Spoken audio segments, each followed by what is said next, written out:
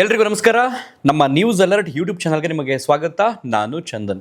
ದೆಹಲಿಯಲ್ಲಿ ನಿನ್ನೆ ಏನೇನಾಯಿತು, ಜಂತರ್ ಮಂತರ್ನಲ್ಲಿ ಈ ಕ್ಷಣದವರೆಗೆ ಏನೇನೆಲ್ಲ ಆಗ್ತಾ ಇದೆ. ಮೊದಲ ಬಾರಿಗೆ ಪ್ರಧಾನಿ ನರೇಂದ್ರ ಮೋದಿ ಅವರು ಮೌನ ಮುರಿದು ಟ್ವಿಟರ್ನಲ್ಲಿ ಮಾತನಾಡಿದ್ದಾರೆ. ಮಾತನಾಡುವುದರ ಜೊತೆಗೆ ಕೆಲವರಿಗೆ ಎಚ್ಚರಿಕೆಯನ್ನು ಕೂಡ ಕೊಟ್ಟಿದ್ದಾರೆ. ಯಾರ್ಯಾರಿಗೆ ಎಚ್ಚರಿಕೆ ಕೊಟ್ಟಿದ್ದಾರೆ ಅಂತ ನಾನು ಎಕ್ಸ್ಪ್ಲೈನ್ ಮಾಡ್ತಾ ಹೋಗ್ತೀನಿ.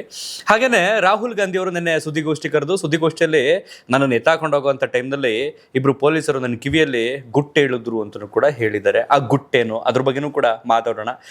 ಸಿಜೆಪಿ ಲಾಠಿ ಚಾರ್ಜನ್ನು ಖಂಡಿಸಿ ಸುಪ್ರೀಂ ಕೋರ್ಟ್ಗೆ ಅರ್ಜಿಯನ್ನು ಹಾಕಿತ್ತು.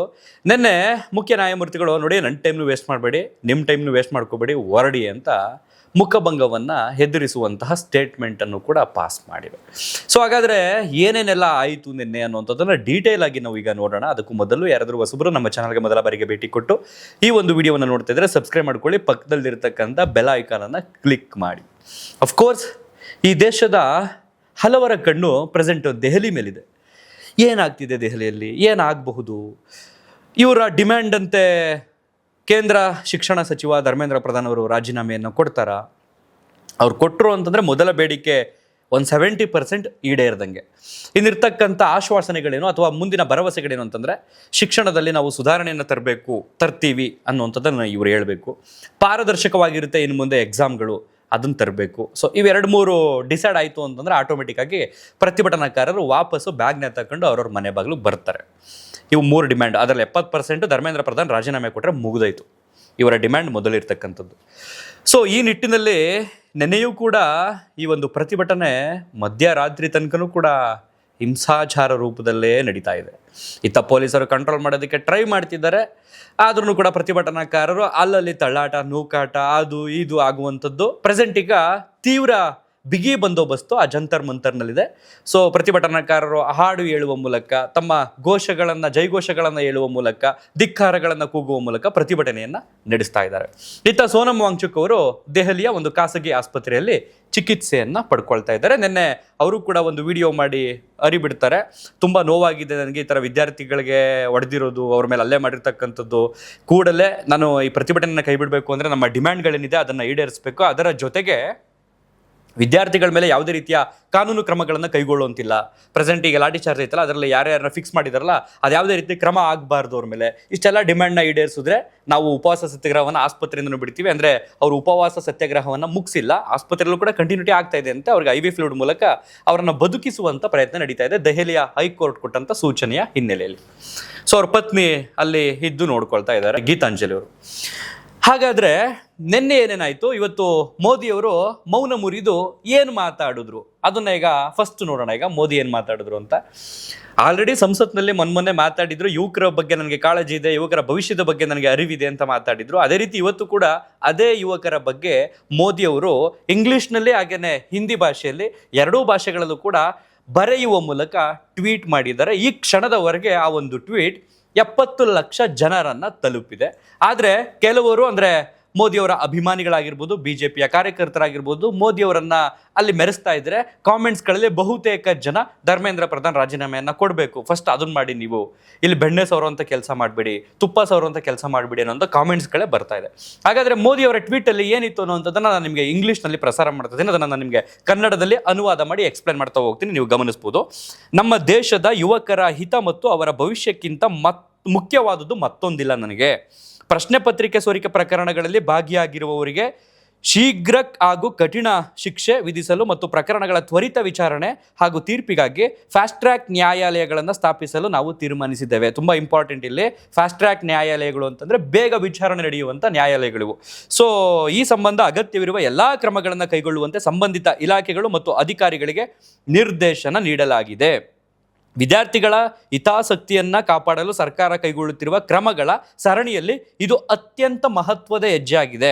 ನಮ್ಮ ಯುವಕರ ಭವಿಷ್ಯದೊಂದಿಗೆ ಆಟವಾಡುವ ಅಥವಾ ಧಕ್ಕೆ ತರುವ ಯಾವುದೇ ವ್ಯಕ್ತಿಯನ್ನು ಯಾವ ಕಾರಣಕ್ಕೂ ನಾವು ಬಿಡುವುದಿಲ್ಲ. ಅವರ ವಿರುದ್ಧ ಕಠಿಣ ಕಾನೂನು ಕ್ರಮ ಕೈಗೊಳ್ಳಲಾಗುವುದು ಎಂಬ ಎಚ್ಚರಿಕೆಯನ್ನು ಕೂಡ ಈ ಒಂದು ಟ್ವಿಟ್ಟರ್ನಲ್ಲಿ ಬರೆದು, ಅಂದರೆ ಎಕ್ಸ್ ಖಾತೆಯಲ್ಲಿ ಬರೆದು ಹಾಕಿದ್ದಾರೆ. ಅಂದರೆ ಇದಕ್ಕೆ ಸಂಬಂಧಪಟ್ಟ ಹಾಗೆ ಈಗ ನೀಟ್ ಪ್ರಶ್ನೆ ಪತ್ರಿಕೆ ಸೋರಿಕೆ ಆಗಿತ್ತಲ್ಲ, ಅದಕ್ಕೆ ಸಂಬಂಧಪಟ್ಟಾಗೆ CBIಗೆ ಈ ಹಿಂದೆ ವಿಚಾರಣೆಯನ್ನು ಕೊಟ್ಟಿತ್ತು. CBI ಏನು ಮಾಡ್ತು ಅಂತಂದರೆ, ಹೌದು ಇಂತಿಂಥ ರಾಜ್ಯಗಳಲ್ಲಿ ಈ ರೀತಿ ಪ್ರಶ್ನೆ ಪತ್ರಿಕೆ ಸೋರಿಕೆ ಆಗಿತ್ತು ಅಂತ ಅಂದ್ಬಿಟ್ಟು ಒಂದಷ್ಟು ಜನರ ವಿರುದ್ಧ ಕಠಿಣ ಕ್ರಮಗಳನ್ನು ಕೈಗೊಳ್ಳಲಾಗಿತ್ತು. ಈಗ 2026ರಲ್ಲಿ ಮೇ ತಿಂಗಳಲ್ಲಿ ಎಕ್ಸಾಮ್ ಬರೆದಂತಹ ಕೆಲವೇ ಕ್ಷಣಗಳಲ್ಲಿ ಅಯ್ಯೋ ಪ್ರಶ್ನೆ ಪತ್ರಿಕೆ ಮತ್ತೆ ಲೀಕ್ ಆಯಿತು ಅನ್ನುವಂಥ ಒಂದು ಸ್ವರ ಕೇಳಿ ಬಂದ ಹಿನ್ನೆಲೆಯಲ್ಲಿ ಹೌದು ಅದು ಆಗಿದೆ ಅನ್ನುವಂಥದ್ದು ಸಾಬೀತು ಕೂಡ ಆಯಿತು. ಹಾಗಾಗಿ ಇದಕ್ಕೆ ಸಂಬಂಧಪಟ್ಟಾಗ ಈಗ ಫಾಸ್ಟ್ ಟ್ರ್ಯಾಕ್ ನ್ಯಾಯಾಲಯಗಳನ್ನು ಓಪನ್ ಮಾಡಿಕೊಂಡು ಅದಕ್ಕೆ ಸಂಬಂಧಪಟ್ಟಾಗೆ ತ್ವರಿತ ವಿಚಾರಣೆಯನ್ನು ನಾವು ಬೇಗ ಮುಗಿಸ್ತೀವಿ. ಇದರ ವಿಚಾರದಲ್ಲಿ ಯಾರ್ಯಾರು ಕಡ್ಡಿ ಅಲ್ಲಾಡಿಸಿದ್ದಾರೆ, ಯಾರ್ಯಾರು ತಪ್ಪಿತಸ್ಥರಿದ್ದಾರೆ ಅವ್ರ ವಿರುದ್ಧ ಕಠಿಣ ಕ್ರಮಗಳನ್ನು ಕೈಗೊಳ್ತೀವಿ. ಸ್ಟೂಡೆಂಟ್ಸ್ ಲೈಫಲ್ಲಿ ಆಟ ಆಡೋಂಥವ್ರ ಯಾರನ್ನು ನಾನು ಬಿಡಲ್ಲ. ನನ್ನ ಮನಸ್ಸು ಯಾವಾಗಲೂ ಯುವಕರ ಅಥವಾ ಯುವ ಜನತೆಯ ವಿಚಾರದಲ್ಲೇ ಇರುತ್ತೆ ಅನ್ನುವಂಥದ್ದನ್ನು ಈ ಟ್ವಿಟ್ಟರ್ನಲ್ಲಿ ಅಂದರೆ ಎಕ್ಸ್ ಖಾತೆಯಲ್ಲಿ ಬರೆದು ಹಾಕಿದ್ದಾರೆ. ಬಟ್ ವಿದ್ಯಾರ್ಥಿಗಳು ಅದನ್ನು ಒಪ್ತಿಲ್ಲ. ಅವ್ರಿಗೆ ಬೇಕಾಗಿರ್ತಕ್ಕಂಥದ್ದು ಮೊದಲ ಡಿಮ್ಯಾಂಡ್ ಬಂದು ಧರ್ಮೇಂದ್ರ ಪ್ರಧಾನ್ ಅವರ ರಾಜೀನಾಮೆ, ಸೆಕೆಂಡ್ ಬಂದು ಪ್ರತಿಭಟನೆಯನ್ನು ಕೈ ಬಿಡಬೇಕು ಅಂತ ನರೇಂದ್ರ ಮೋದಿಯವರು ಸ್ಥಳಕ್ಕೆ ಬಂದ್ಬಿಟ್ಟು ಹೇಳಬೇಕು. ಹಾಗೆಯೇ ಇನ್ನು ಮುಂದೆ ಶಿಕ್ಷಣದಲ್ಲಿ ಗುಣಮಟ್ಟದ ಸುಧಾರಣೆಯನ್ನು ನಾವು ತರ್ತೀವಿ ಅಂತ ಹೇಳಬೇಕು. ಈ ಡಿಮ್ಯಾಂಡ್ಗಳನ್ನು ಪ್ರತಿಭಟನಾಕಾರರು, ವಿದ್ಯಾರ್ಥಿಗಳು, ಸಂಘಟನೆಗಳು ಪಟ್ಟಿಡ್ಕೊಂಡು ಕೂತಿದ್ದಾವೆ. ನಿನ್ನೆ ರಾಹುಲ್ ಗಾಂಧಿಯವರು ದೆಹಲಿಯ ಇಂದಿರಾ ಭವನದಲ್ಲಿ ಸುದ್ದಿಗೋಷ್ಠಿಯನ್ನು ಕರೆದಿರ್ತಾರೆ. ಮೊನ್ನೆ ರಾತ್ರಿ ರಾಹುಲ್ ಗಾಂಧಿ ಅವರು ಏನು ಮಾಡಿರ್ತಾರೆ, ಯಾವಾಗ ವಿದ್ಯಾರ್ಥಿಗಳ ಮೇಲೆ ಲಾಠಿ ಚಾರ್ಜ್ ಆಗುತ್ತೆ ಅಥವಾ ಪ್ರತಿಭಟನಾಕಾರರ ಮೇಲೆ ಲಾಠಿ ಚಾರ್ಜ್ ಆಗುತ್ತೆ, ಹಿಂಸಾಚಾರ ರೂಪಕ್ಕೆ ಆ ಒಂದು ಪ್ರತಿಭಟನೆ ತಳ್ಳುತ್ತೆ. ಅಂದರೆ ಸಂಸತ್ ಚಲೋ ಅಂತವರು ಸಂಸತ್ಗೆ ಮುತ್ತಿಗೆ ಹಾಕೋದಕ್ಕೆ ಹೋಗ್ತಾ ಇರ್ತಾರೆ. ಮುಂಗಾರು ಅಧಿವೇಶನ ನಡೆಯುವಂಥ ಸಂದರ್ಭದಲ್ಲಿ ಸಂಸತ್ತೊಳಗಡೆ ಹೋಗಿ ನುಗ್ಗಿಬಿಡೋಣ ಅನ್ನುವಂಥ ಒಂದು ಪ್ರಯತ್ನ.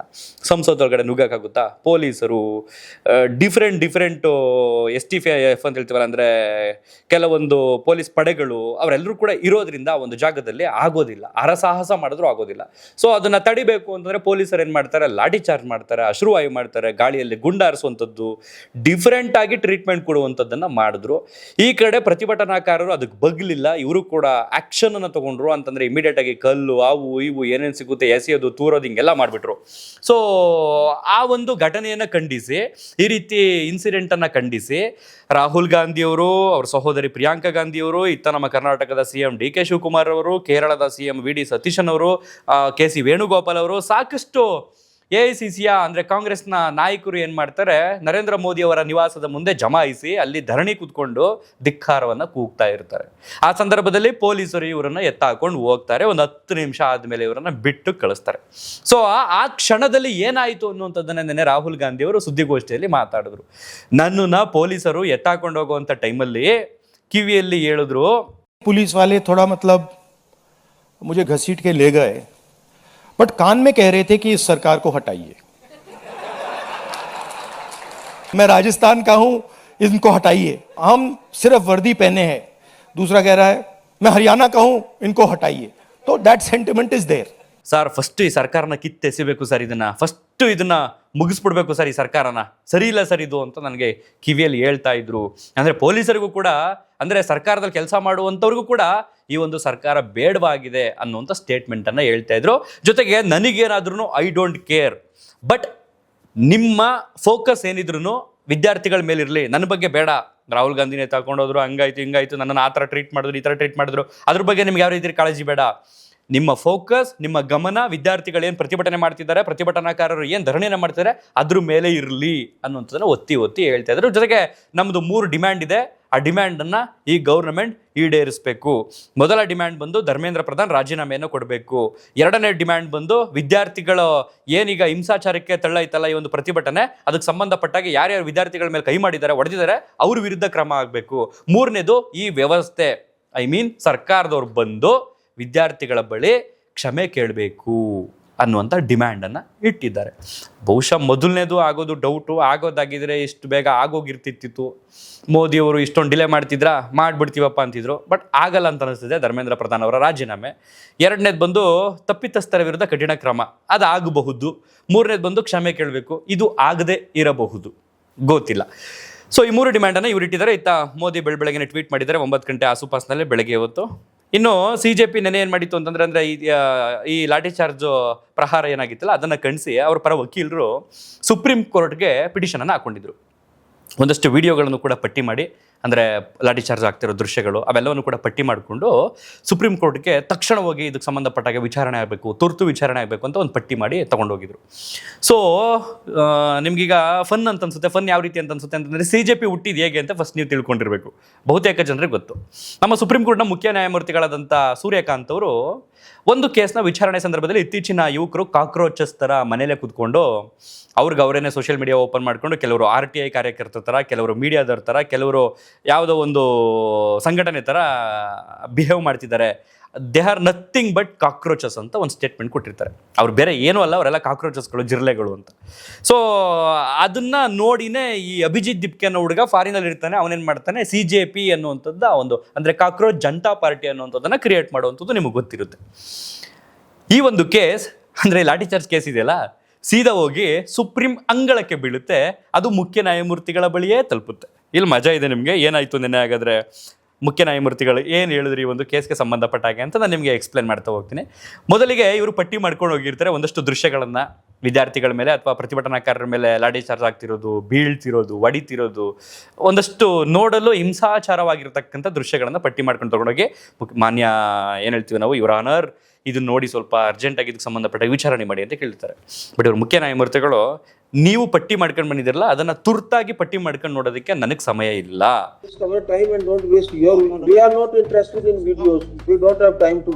ಹಾಗಾಗಿ ನಮ್ಮ ಸಮಯವನ್ನು ವ್ಯರ್ಥ ಮಾಡಬೇಡಿ, ನಿಮ್ಮ ಸಮಯವನ್ನು ಕೂಡ ವ್ಯರ್ಥ ಮಾಡಿಕೊಳ್ಳಬೇಡಿ ಅಂತ ಹೇಳ್ತಾರೆ. ಜೊತೆಗೆ ಧನ್ಯವಾದಗಳು ಅಂತಲೂ ಕೂಡ ಹೇಳ್ತಾರೆ. ಯಾಕೆ ಬರುತ್ತೆ ಧನ್ಯವಾದಗಳು ಅಂತಂದರೆ, ವಕೀಲರು ವಿದ್ಯಾರ್ಥಿಗಳ ಬೇಡಿಕೆಗಳು, ನೀಟ್ ಪರೀಕ್ಷೆ ಮತ್ತು NTA ಸುಧಾರಣೆಗಳ ಬಗ್ಗೆ ವಾದ ಮುಂದುವರಿಸ್ತಾ ಇರ್ತಾರೆ. ಈ ಸಂದರ್ಭದಲ್ಲಿ ಆಗ ಮುಖ್ಯ ನ್ಯಾಯಮೂರ್ತಿಗಳು ಮಾತನ್ನು ಅಲ್ಲಿಗೆ ಮುಗಿಸುವ ಸೂಚನೆಯಾಗಿ ಧನ್ಯವಾದಗಳು ಅಂತ ಮುಗಿಸ್ಬಿಡ್ತಾರೆ. ವಿಡಿಯೋಗಳಲ್ಲಿ ನಮ್ಗೆ ಆಸಕ್ತಿ ಇಲ್ಲ ಅಂತಲೂ ಕೂಡ ಹೇಳ್ತಾರೆ. ಅಂದರೆ ಪೊಲೀಸ್ ದೌರ್ಜನ್ಯವನ್ನು ತೋರಿಸುವಾಗ ನೀವು ತೋರಿಸುವಂಥ ವಿಡಿಯೋಗಳಿಗೆ ನಮಗೆ ಆಸಕ್ತಿ ಇಲ್ಲ ನೋಡಲು, ವಿಡಿಯೋಗಳನ್ನು ನೋಡಲು ನಮ್ಮ ಬಳಿ ಸಮಯವಿಲ್ಲ, ನಾವು ವಿಡಿಯೋಗಳನ್ನು ನೋಡಲು ಕೂಡ ಬಯಸುವುದಿಲ್ಲ, ಈ ಪ್ರಕರಣಕ್ಕೆ ತುರ್ತು ವಿಚಾರಣೆ ಅನ್ನುವಂಥದ್ದು ಇಲ್ಲ ಅಂತ ಸ್ಪಷ್ಟವಾಗಿ ಹೇಳ್ತಾರೆ. ಹಾಗಾಗಿ CJP ಪರ ವಕೀಲರಿಗೆ ಮುಖಭಂಗ ಆಗಿದೆ, ಮುಜುಗರವೂ ಕೂಡ ಆಗಿದೆ.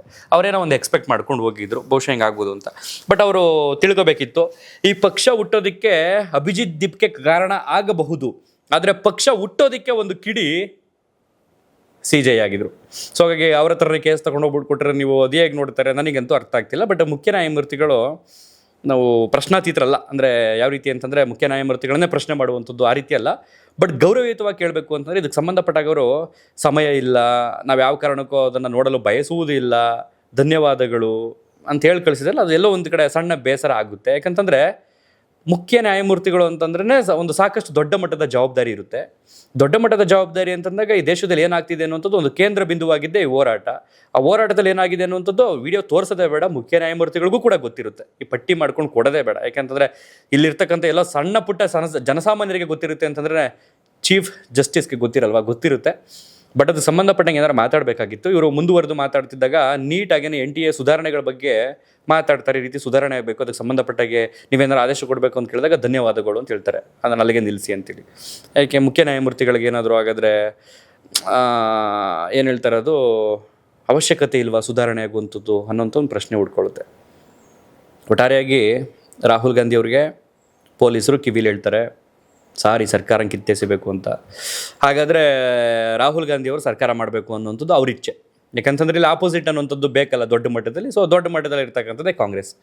ಒಂದು ನೆನಪಿರಬೇಕು, ಇಲ್ಲಿ ಸಾಕಷ್ಟು ಜನ ವಿಡಿಯೋನ ನೋಡ್ತಿರ್ತೀರಿ, ಈ ಭ್ರಷ್ಟಾಚಾರ ಅನ್ನೋದಕ್ಕೆ ಈ ಹಿಂದೆ ಬ್ರ್ಯಾಂಡ್ ಅಂಬಾಸಿಡರೇ ಇವರು ಕಾಂಗ್ರೆಸ್. ಸೊ ಭ್ರಷ್ಟಾಚಾರ ಯಾವ ಪಕ್ಷದಲ್ಲೂ ಕೂಡ ಇಲ್ಲ ಅನ್ನುವಂಥದ್ದಿಲ್ಲ, ಎಲ್ಲದರಲ್ಲೂ ಏರಳ. ಹೆಂಗೆ ಹೇಳ್ತಾರೆ ಅಂತಂದರೆ ಅವ್ನು ಸ್ವಲ್ಪ ಜಾಸ್ತಿ ತಿಂತವನೇ, ನಾನು ಸ್ವಲ್ಪ ಕಮ್ಮಿ ತಿಂತೀನಿ ಅನ್ನೋವಂಥವ್ರೇ ಜಾಸ್ತಿ. 2014 ಆಸುಪಾಸು ಸಂದರ್ಭದಲ್ಲಿ ಮೋದಿಯವರು ನಾನು ತಿನ್ನಲ್ಲ, ತಿನ್ನೋರ್ಗೂ ಬಿಡಲ್ಲ ಅಂತ ಹೇಳ್ಕೊಂಡು ಬಂದವರು. ಇವತ್ತು ಎಷ್ಟು ಭ್ರಷ್ಟಾಚಾರ ಆಗ್ತಾ ಇದೆ ಅನ್ನೋಂಥದ್ದು ಮೋದಿಯವ್ರಿಗೆ ಗೊತ್ತಿಲ್ಲದಂಗೆ ಏನಿಲ್ಲ, ಎಲ್ಲವೂ ನಡೀತಿದೆ, ಯಾವುದೂ ಕಂಟ್ರೋಲು ಬಂದಿಲ್ಲ. ಇಲ್ಲಿ ಯಾರೂ ಉತ್ತಮರಲ್ಲ, ಯಾರೂ ಅತ್ಯುತ್ತಮರಲ್ಲ, ಯಾರೂ ಸಾಚಾಗಳಲ್ಲ, ಎಲ್ಲರೂ ಸಮಯ ಸಾಧಕರೇ. ಎಲ್ಲರೂ ಅವಕಾಶ ಸಿಕ್ಕಾಗ ಜನಗಳ ಮುಂದೆ ಮಾತಾಡಿ ಬಣ್ಣವನ್ನು ಹಾಕಿ ತೋರಿಸಿ ಅದಾದ ನಂತರ ತಮ್ಮ ಕೆಲಸ ಕಾರ್ಯಗಳಲ್ಲಿ ಮಗ್ನರಾಗಿರ್ತಕ್ಕಂಥವ್ರೆ ಜಾಸ್ತಿ. ನಾವು ಅವಾಗವಾಗ ಇವ್ರ ಸ್ಪೀಚ್ಗಳನ್ನ ಕೇಳ್ಕೊಂಡು ಮರುಳಾಗಿ ಇವನು ಬಂದರೆ ಸರಿ ಮಾಡಿಬಿಡ್ತಾನೆ, ಅವ್ನು ಬಂದರೆ ಸರಿ ಮಾಡಿಬಿಡ್ತಾನೆ ಅಂತ ಜೈಕಾರಗಳನ್ನ ಹಾಕೊಂಡು ಕಾಯ್ತಾ ಇದ್ದೀವಿ. ಇವತ್ತು ಹೆಚ್ಚು ಕಡಿಮೆ ಈ ಒಂದು ನೀಟ್ ಪರೀಕ್ಷೆಯ ಅಕ್ರಮದಿಂದ 2024 ಹಾಗೆಯೇ ಪ್ರೆಸೆಂಟ್ 2026 ಅಕ್ರಮದಿಂದ ಬೇಸತ್ತು ನೊಂದು ಪ್ರಾಣ ಕಳ್ಕೊಂಡಂಥವ್ರ ಸಂಖ್ಯೆ 40 ಜನ ವಿದ್ಯಾರ್ಥಿಗಳು. ಆ ವಿದ್ಯಾರ್ಥಿಗಳ ತಂದೆ ತಾಯಿಗೆ ಅದು ಯಾರು ಧೈರ್ಯ ತುಂಬ್ತಾರೆ? ನಾಳೆ ದಿನ ಆ ವಿದ್ಯಾರ್ಥಿಗಳ ಲಿಸ್ಟಲ್ಲಿ ನಿಮ್ಮ ಮಕ್ಕಳು ಕೂಡ ಬರ್ಬೋದು. ಎಚ್ಚರ. ಯಾವನ್ ಬಂದರೂ ಈ ಸಮಾಜ ಉದ್ಧಾರ ಆಗಲ್ಲ, ಯಾವನ್ ಬಂದರೂ ಈ ಸೊಸೈಟಿ ಸರಿಯಾಗಲ್ಲ. ಕಾರಣ ಏನು ಅಂತಂದರೆ, ಮೋದಿ ಒಬ್ಬ ಬಂದ ತಕ್ಷಣವೇ ಮೋದಿ ಸುತ್ತಮುತ್ತ ಇರೋರೆಲ್ಲ ಸರಿಯಾಗಿರ್ತಾರೆ ಅಂತ ನಾವು ಅನ್ಕೊಳ್ಳೋದು ತಪ್ಪು. ಬಟ್ ಮೋದಿ ಅವ್ರು ಹೇಳಿದ್ದು ಅಂದರೆ, ನಾನು ತಿನ್ನಲ್ಲ, ತಿನ್ನೋರ್ಗೂ ಬಿಡಲ್ಲ ಅಂತ ಒಂದು ಮಾತು ಹೇಳಿದ್ರಲ್ಲ, ಅದಕ್ಕೆ ಸಂಬಂಧಪಟ್ಟಂಗೆ ಅವರು ಕಠಿಣ ಕ್ರಮಗಳನ್ನು ಕೈಗೊಳ್ಳಬಹುದಾಗಿತ್ತು. ಮೋದಿ ಅವರ ಮುಂದೆ ಸಾಕಷ್ಟು ವಿಚಾರಗಳಿತ್ತು ಮಾತನಾಡುವಂಥದ್ದು ಇತ್ತೀಚೆಗೆ. ಇದೇ ಜೈ ಶ್ರೀರಾಮ್ ಅಥವಾ ಅಯೋಧ್ಯೆಯ ರಾಮಭೂಮಿ ಏನಿದೆ, ಆ ಒಂದು ಜಾಗದಲ್ಲಿ ಮತ್ತೆ ಆ ಶ್ರೀರಾಮ ಜನ್ಮ ತಾಳ್ತಾನೆ, ಅಂದರೆ ಆ ಜಾಗದಲ್ಲಿ ಶ್ರೀರಾಮ ಹೋಗಿ ನೆಲೆ ನಿಲ್ತಾನೆ ಅಂತಂದರೆ ಅದಕ್ಕೆ ಏಕೈಕ ಕಾರಣ ಮೋದಿಯವರು ಅಂತ ನಮಗೂ ಗೊತ್ತು, ನಿಮಗೂ ಗೊತ್ತು. ಒಂದು ಎಫರ್ಟು ಜೊತೆಗೆ. ಅದೇ ರಾಮ ಮಂದಿರದಲ್ಲಿ ಹುಂಡಿ ಕಳ್ತನ ಆಗ್ತೈತೆ ಅಂತಂದಾಗ ಯಾಕೆ ಮೋದಿ ಅವರು ಸೈಲೆಂಟ್ ಆಗಿರಬೇಕು? ಮಾತಾಡ್ಬೋದಿತ್ತಲ್ವಾ? ಸೊ ಅವಾಗ ಏನಾಗುತ್ತೆ ಅಂತಂದರೆ, ಸಹಜವಾಗಿ ನೋಡುವಂತಹ, ಅದರಲ್ಲೂ ನಿಷ್ಠೆಯಿಂದ ಇವ್ರನ್ನ ನಂಬಿರ್ತಕ್ಕಂಥ ಜನರಿಗೆ ಮೋದಿಯವರು ಎಲ್ಲರ ಥರ ಆಗ್ಬಿಟ್ರಲ್ಲ, ಈ ವಿಚಾರದಲ್ಲಿ ಮಾತಾಡಿದಂಥ ಮೋದಿಯವರಿಗೆ ಈ ವಿಚಾರದಲ್ಲಿ ಯಾಕೆ ಬಾಯಿ ಬರ್ತಿಲ್ಲ ಅನ್ನುವಂಥ ಪ್ರಶ್ನೆ ಹುಡ್ಕೊಳ್ಳುತ್ತೆ. ನೀಟ್ ಪರೀಕ್ಷೆ ಅಕ್ರಮ ಆಯಿತು ಅಂತಂದಾಗ ಯುವಕರ ಬಗ್ಗೆ ನನಗೆ ಒಲವಿದೆ ಅನ್ನುವಂಥ ಮೋದಿಯವರು ಆರಂಭದಲ್ಲಿ ಒಂದು ಸ್ಪಷ್ಟವಾಗಿ ಒಂದು ವಾರ್ನಿಂಗನ್ನು ಕೊಡ್ಬೋದಿತ್ತು 2024ರಲ್ಲಿ. ಇದೇನು ಫಸ್ಟ್ ಟೈಮ್ ಅಲ್ಲ ಆಗಿದ್ದಲ್ಲ ಅಕ್ರಮ, ಆಲ್ರೆಡಿ ಆಗಿತ್ತಲ್ಲ 2 ವರ್ಷದಿಂದನೇ. ಆ ಟೈಮ್ನಲ್ಲಿ ವಾರ್ನಿಂಗ್ ಕೊಟ್ಬಿಟ್ಟು ಇದಕ್ಕೆ ಸಂಬಂಧಪಟ್ಟಂಗೆ ಏನಾದ್ರೂ ಮತ್ತೆ ರಿಪೀಟ್ ಆಯಿತು ಅಂತಂದರೆ ತಲೆದಂಡ ಮಾಡ್ತೀವಿ ಅಂತ ಹೇಳಬೇಕಿತ್ತು. ಬಟ್ ಮೋದಿ ಅವ್ರು ಯಾಕೆ ಮಾಡಲಿಲ್ಲ? ಒಂದು CBI ಮಾಡಿದ್ರು, CBI ಅವ್ರ ಕೆಲಸ ಕಾರ್ಯ ಅವ್ರು ಮಾಡಿದ್ರು, ಇವ್ರು ಆರಾಮಾಗಿ ಇವ್ರ ಕೆಲಸ ಕಾರ್ಯದಲ್ಲಿ ಇವರು. ಮತ್ತೆ 2026ರಲ್ಲಿ ರಿಪೀಟ್ ಆದಾಗ ಜನರಿಗೆ ನಂಬಿಕೆ ಹೆಂಗೆ ಬರುತ್ತೆ? ಒಂದು ಸಣ್ಣ ಪರೀಕ್ಷೆಯನ್ನೇ ನಿಮ್ಮ ಕೈಲಿ ಫೇಸ್ ಮಾಡೋದಕ್ಕೆ ಆಗ್ತಿಲ್ಲ, ಒಂದು ನೀಟ್ ಅನ್ನುವಂಥ ಒಂದು ಎಕ್ಸಾಮನ್ನೇ ನಿಮ್ಮ ಕೈಲಿ ಸರಿಯಾಗಿ ಆಡಳಿತ ಸುಧಾರಣೆ ಮಾಡೋಕ್ಕಾಗ್ತಿಲ್ಲ ಅಂತಂದರೆ ಈ ದೇಶನ ಹೆಂಗೆ ನಡೆಸ್ತೀರಿ ಅಂತ ಯೂಶ್ವಲಿ ಎಲ್ಲರೂ ಪ್ರಶ್ನೆ ಕೇಳ್ತಾರೆ. ಕೆಲವರು ತುಂಬ ನಂಬಿರ್ತಕ್ಕಂಥ ಪರಮ ಭಕ್ತರಿಗೆ ನಾವು ನೇರವಾಗಿ ಮಾತನಾಡುವಂಥ ಮಾತುಗಳಿಂದ ನೋವಾಗ್ಬೋದು, ಆಕ್ರೋಶವನ್ನು ವಾಪಸ್ ನಮ್ಮ ಮೇಲೆ ಬಾಣಗಳ ರೀತಿ ಬಿಡ್ಬೋದು. ಬಟ್ ವಾಸ್ತವವೇ. ಇಲ್ಲಿ ಯಾರೂ ಉತ್ತಮರಲ್ಲ, ಯಾರೂ ಅತ್ಯುತ್ತಮರಲ್ಲ. ಪ್ರಧಾನಿ ಮೋದಿ ಅವರು ನಿಜಕ್ಕೂ ಈ ಒಂದು ಇನ್ಸಿಡೆಂಟಲ್ಲಿ ಧರ್ಮೇಂದ್ರ ಪ್ರಧಾನ್ ಅವರ ರಾಜೀನಾಮೆಯನ್ನು ತಗೊಂಡಿದ್ದರೆ ಇಷ್ಟೊತ್ತಿಗೆ ಈ ಪ್ರತಿಭಟನೆ ನಡೀತಾನೆ ಇರಲಿಲ್ಲ. ಈ ಪ್ರತಿಭಟನೆ ಹೆಚ್ಚು ಕಡಿಮೆ 22-23 ದಿನದಿಂದ ನಡೀತೈತಲ್ಲ, ಆ ಸಂದರ್ಭದಲ್ಲಿ ಹೋಗಿ ಯುವಕರು ಪ್ರತಿಭಟನೆ ಮಾಡ್ತಿದ್ದಾರೆ, ನಾನು ಹೋಗಿ ಆಲ್ಸೋಣ ಗಮನಿಸೋಣ ಅಂತ ಇದ್ದಿದ್ರೆ ಅವ್ರ ಮೇಲೆ ಇರ್ತಿದ್ದಂಥ ರೆಸ್ಪೆಕ್ಟ್ ಇನ್ನೂ ನೆಕ್ಸ್ಟ್ ಲೆವೆಲ್ ಹೋಗ್ತಿತ್ತು. ಬಟ್ ಅವ್ರು ಹೋಗಲಿಲ್ಲ. ಅದಾದ ನಂತರ ಲಾಠಿ ಚಾರ್ಜು ಅದು ಇದು ಎಲ್ಲ ಆಯಿತು, ಅದಕ್ಕೆ ಸಂಬಂಧಪಟ್ಟಾಗೆ ಮೋದಿಯವರು ಖಂಡಿಸ್ತಿಲ್ಲ. ಸೊ ಯೂಶ್ವಲಿ ಯೂತ್ಸ್ಗೆ ಏನಾಗ್ಬಿಟ್ಟಿದೆ ಅಂತಂದರೆ, ಯಾವನ್ ಬಂದರೂ ಇಷ್ಟೇ, ಈ ದೇಶದ ಕತೆ ಇಷ್ಟೇ ಅನ್ನೋ ರೀತಿ ಆಗ್ಬಿಟ್ಟಿದೆ. ಹಾಗಾಗಿ ಆ ಯುವಕರ ಮನಸ್ಥಿತಿ ಏನಾಗಿದೆ ಅಂತಂದರೆ, ನಾವು ಶಾಂತಿಯುತವಾಗಿದ್ದರೆ ಅಥವಾ ಮಂದಗತಿಗಳಾಗಿದ್ದರೆ ಆಗಲ್ಲ, ಕ್ರಾಂತಿಕಾರಿಗಳಾಗಿ ಈ ರೀತಿನೇ ಆಗಬೇಕು ಅನ್ನೋಂಥದ್ದು ಹುಡ್ಕೊಂಡ್ಬಿಟ್ಟಿದೆ. ಸೊ ಈಗ ಪ್ರಧಾನಿ ಮೋದಿ ಅವರ ಟ್ವೀಟ್ ಒಂದಷ್ಟು ಜನರನ್ನು ಸಮಾಧಾನ ಪಡಿಸಬಹುದು, ಏನೋ ಮಾಡ್ತಾರೆ ಅಂತ ವೆಯ್ಟ್ ಮಾಡಿಸ್ಬೋದು. ಬಟ್ ಅಲ್ಲಿ ಪ್ರತಿಭಟನೆ ಮಾಡ್ತಿದ್ದಾರಲ್ಲ, ಅವ್ರನ್ನ ಕಂಟ್ರೋಲ್ ಮಾಡೋದಕ್ಕಾಗಲ್ಲ. ಅವ್ರನ್ನ ಕಂಟ್ರೋಲ್ ಮಾಡಬೇಕು ಅಂತಂದರೆ ಇರುವಂಥ ಏಕೈಕ ಮಾರ್ಗ ಅಂತಂದರೆ, ಒಂದು ಧರ್ಮೇಂದ್ರ ಪ್ರಧಾನ್ ಅವರ ರಾಜೀನಾಮೆಯನ್ನು ತಗೋಬೇಕು, ಇಲ್ಲ ಕೊಡಿಸ್ಬೇಕು. ಎರಡನೇದು ಬಂದು ಅಫ್ಕೋರ್ಸ್ ಇನ್ನು ಮುಂದೆ ನಾವು ಖಂಡಿತವಾಗಿಯೂ ಹದ್ದಿನ ಕಂಡಿಟ್ಟು ಎಕ್ಸಾಮ್ ನಡೆಸ್ತೀವಿ ಅಂತ ಒಂದು ಮಾತು ಕೊಡಬೇಕು. ಮೂರನೇದು, ಈ ಒಂದು ಪ್ರತಿಭಟನೆಯನ್ನು ಇಲ್ಲೇ ಕೈ ಬಿಡಿ, ಮಿಕ್ಕಿದ ಮುಂದಕ್ಕೆ ನೋಡ್ಕೊಳ್ಳೋಣ ಅಂತ ಒಂದು ಅವ್ರಿಗೆ ವಿಶ್ವಾಸವನ್ನು, ಆಶ್ವಾಸನೆಯನ್ನು ಕೊಡಬೇಕಾಗುತ್ತೆ. ಈ ಒಂದು ಸಂದರ್ಭದಲ್ಲಿ ಅವ್ರಿಗಿರುವಂಥ ಡಿಮ್ಯಾಂಡ್ ನೋಡೋಣ ಏನಾಗುತ್ತೆ ಅನ್ನೋಂಥದ್ದನ್ನು ಕಾದು ನೋಡೋಣ. ಈ ಸಂದರ್ಭದಲ್ಲಿ ರಾಹುಲ್ ಗಾಂಧಿ ಅವರು ಖಂಡಿತವಾಗಿಯೂ ಅವರು ಬೇಳೆ ಬೇಯಿಸ್ಕೋಬೋದು. ಯಾಕೆಂತಂದರೆ ಇದೊಂದು ಸದುಪಯೋಗ ಸಮಯ. ಅವ್ರು ಹೇಳಿದ್ದಾರೆ, ನನ್ನ ಬಗ್ಗೆ ಏನು ತಲೆ ಕೆಡಿಸ್ಕೊಳಕ್ಕೆ ಹೋಗಬೇಡಿ, ನನ್ನ ಬಗ್ಗೆ ನೀವು ಕೇರ್ ಮಾಡೋಕೆ ಹೋಗಬೇಡಿ, ನಿಮ್ಮ ಗಮನ, ನಿಮ್ಮ ಫೋಕಸ್ ಪ್ರತಿಭಟನೆ ಮೇಲಿರಲಿ ಅಂತ ಹೇಳಿದ್ದಾರೆ. ಸೊ ಅವ್ರನ್ನ ಕೆಲವರು ಇಲ್ಲಿ ನಮ್ಮ ಇವ್ರು ಹೇಳ್ತಾರೆ, ರಕ್ತದಿಂದನೇ ಬಂದ್ಬಿಟ್ಟಿದೆ ಅವ್ರ ಹೋರಾಟ ಹಾಗೆ ಹೀಗೆ ಅಂತ. ನೆನಪಿರಲಿ, ಭ್ರಷ್ಟಾಚಾರ ಅನ್ನುವಂಥದ್ದು, ಕಳ್ಗಂಟು ಮಾಡುವಂಥದ್ದು ಯಾವ ಪಕ್ಷದಲ್ಲೂ ಬಿಟ್ಟಿಲ್ಲ. ಇಲ್ಲಿ ಯಾರೂ ಸಾಚರಂತೂ ಇಲ್ಲವೇ ಇಲ್ಲ. ನಾನು ಆ ಪಕ್ಷದ ಏಜೆಂಟು, ಈ ಪಕ್ಷದ ಏಜೆಂಟು, ನೆವರ್. ಒಪಿನಿಯನ್ ಸ್ಟ್ರೈಟ್ ಆಗಿದೆ. ಒಬ್ಬ ನಾಗರಿಕನಾಗಿ, ಒಬ್ಬ ಪ್ರಜೆಯಾಗಿ ಮಾತಾಡಿದ್ದೀನಿ. ಕೆಲವರಿಗೆ ತುಂಬ ಆಳವಾಗಿ ಇವ್ರುಗಳನ್ನ ಪ್ರೀತಿಸಿರೋಂಥವ್ರು, ಅಮರ ಪ್ರೇಮಿಗಳ ಥರ ಅವ್ರನ್ನ ನಂಬಿರ್ತಕ್ಕಂಥವ್ರಿಗೆ ಹರ್ಟ್ ಆದರೆ ನನಗೇನು ಬೇಸರ ಇಲ್ಲ. ವಾಸ್ತವವನ್ನು ಅರಿತುಕೊಳ್ಳುವವರು ಒಂದಿಷ್ಟು ಜನ ಅರಿತುಕೊಂಡ್ರೆ ಸಾಕು. ಇದಿಷ್ಟು ಹೇಳ್ತಾ ಈ ಒಂದು ವಿಡಿಯೋನಲ್ಲಿ ಎಂಡ್ ಮಾಡ್ತಾ ಇದ್ದೀನಿ. ಮತ್ತೊಂದು ವಿಡಿಯೋದಲ್ಲಿ ಸಿಗೋಣ. ಧನ್ಯವಾದ.